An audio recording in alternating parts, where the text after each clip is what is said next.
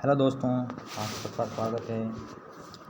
आज हम बात करेंगे दृष्टि की बुक्स भारत के भूगोल पर। जो भी विद्यार्थी यूपीएससी की तैयारी कर रहे हैं, आईएएस की तैयारी कर रहे हैं, आईपीएस की तैयारी कर रहे हैं, उनके लिए यह वीडियो बहुत ही इम्पोर्टेंट होने वाला है। आज हम बात करेंगे भारत के सामान्य परिचय पर। तो स्टार्ट करते हैं। सामान्य परिचय, ठीक है। हमारे देश का नाम भारत है। क्या है? हमारे देश का नाम भारत है। प्राचीन काल से अब तक भारत को अनेक नामों से पुकारा गया है। प्राचीन काल से भारत को अनेक नामों से पुकारा गया है। प्राचीन काल में भारत के विशाल उपमहाद्वीप को भारतवर्ष के नाम से जाना जाता है। संभवतः भारत का नामकरण ऋग्वैदिक काल के प्रमुख जन थे, भरत के नाम पर किया गया है। वायु पुराण के एक अन्य संदर्भ में दुष्यंत और शकुंतला के पुत्र भरत का उल्लेख मिलता है, जिनके नाम पर इस भूभाग का नाम भारत पड़ा। वास्तव में भारत शब्द का सर्वप्रथम उल्लेख पुराणों में मिलता है। कहाँ मिलता है? भारत का उल्लेख पुराणों में मिलता है। भारत जम्बू द्वीप का दक्षिणी भाग था। आर्यों का निवास स्थल होने के कारण इसका नामकरण आर्यावर्त के रूप में हुआ। मध्यकालीन इतिहास लेखकों ने इस देश को हिंद तथा हिंदुस्तान शब्द से संबोधित किया। किसने? मध्यकालीन इतिहास लेखकों ने, जो पारसी और अरबी थे, इन्होंने देश को हिंद तथा हिंदुस्तान शब्द से संबोधित किया। ठीक है। भारत के पर्याय के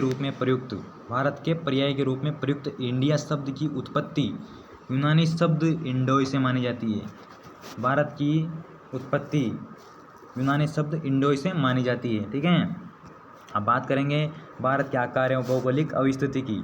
तो भारत का कुल क्षेत्रफल कितना है? लगभग 32,87,263 वर्ग किलोमीटर है, जो विश्व के कुल भौगोलिक क्षेत्रफल का कितना परसेंट है? 2.4% है। ठीक है। भारत की आकृति किस प्रकार की है? चतुष्कोणीय है। कौन से कोण वाली है? चतुष्कोण वाली।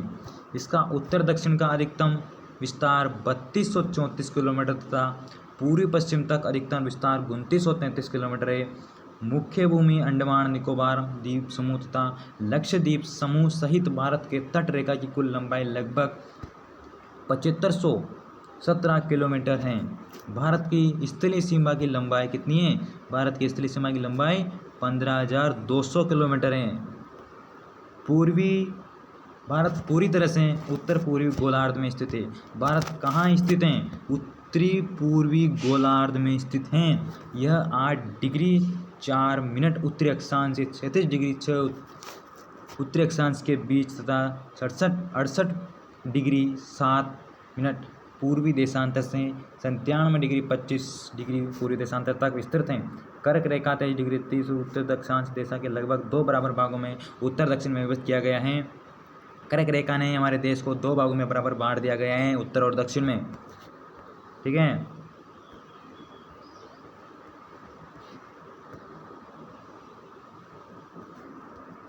भारत का दोनों अक्षांशीय व देशांतरीय विस्तार लगभग 30 डिग्री है। भारत का अक्षांशीय व देशांतरीय विस्तार कितना है? लगभग 30 डिग्री है। भारत की मुख्य भूमि उत्तर में लद्दाख संघ राज्य क्षेत्र, पूर्व में जम्मू कश्मीर से लेकर दक्षिण में कन्याकुमारी तक और पूर्व से आंध्र प्रदेश से लेकर पश्चिम में गुजरात तक फैली हुई है।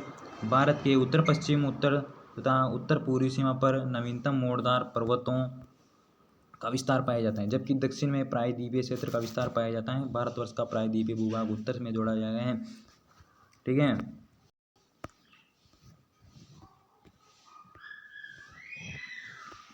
हिमालय पर्वतमालाओं द्वारा भारतीय प्रायद्वीप की मुख्य भूमि को ऐसे अलग किया जाता है। भारत पूर्व में बंगाल की खाड़ी, पश्चिम अरब सागर और दक्षिण हिंद सागर से घिरा हुआ है। भारत की मुख्य भूमि से दूर, भारत की भूमि है उससे दूर अंडमान निकोबार द्वीप समूह में स्थित दक्षिण बिंदु कौन सा? इंदिरा पॉइंट तथा पिगमेलियन पॉइंट ग्रेट निकोबार द्वीप समूह तथा भारत का सबसे उत्तरी बिंदु इंदिरा कोल लद्दाख में स्थित है। भारत का सबसे पूर्वी बिंदु किबिथु अरुणाचल प्रदेश तथा पश्चिमी बिंदु गुहार मोती कच्छ जिला गुजरात में है। भारतीय मुख्य भूमि का सबसे दक्षिणतम बिंदु कैप कोमोरिन है, कन्याकुमारी तमिलनाडु में स्थित है।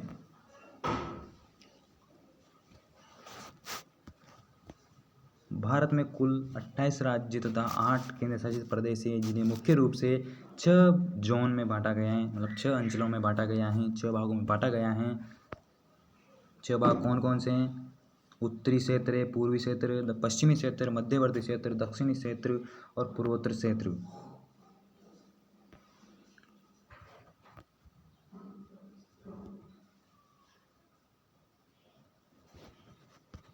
लगभग 30 डिग्री के देशांतरी विस्तार के कारण, कितने डिग्री के देशांतरी कारण? 30 डिग्री के देशांतरी विस्तार के कारण देश को 2 मेखलाओं में बांटा जा सकता है, परंतु इस समस्या का समाधान 82 डिग्री 30 मिनट पूरी देशांतर रेखा को भारतीय मानक समय के निर्धारण हेतु मानक यामोत्तर के रूप में मानकर लिया गया है, जो कि उत्तर प्रदेश के मिर्जापुर से होकर गुजरती हैं। यह मानक समय रेखा भारत के उत्तर प्रदेश, मध्य प्रदेश, छत्तीसगढ़, ओडिशा एवं आंध्र प्रदेश राज्यों से होकर गुजरती है। भारतीय मानक समय रेखा ग्रीनविच समय से 5 घंटा 30 मिनट आगे रहती है। भारतीय मानक समय रेखा ग्रीनविच समय से 5 घंटा 30 मिनट आगे रहती है। कितने मिनट आगे रहती है? 5 घंटा 30 मिनट आगे रहती है। देश की सबसे पूर्वी और सबसे पश्चिमी देशांतर रेखाओं के मध्य लगभग 30 डिग्री का अंतर होने के कारण, पूर्वी और सबसे पश्चिमी देशांतर रेखाओं के मध्य कितने डिग्री का अंतर होने के कारण? 30 डिग्री का अंतर होने के कारण सुदूर पूर्वी और सुदूर पश्चिमी भागों के समतल में कितने घंटे का अंतराल है? 2 घंटे का अंतराल है।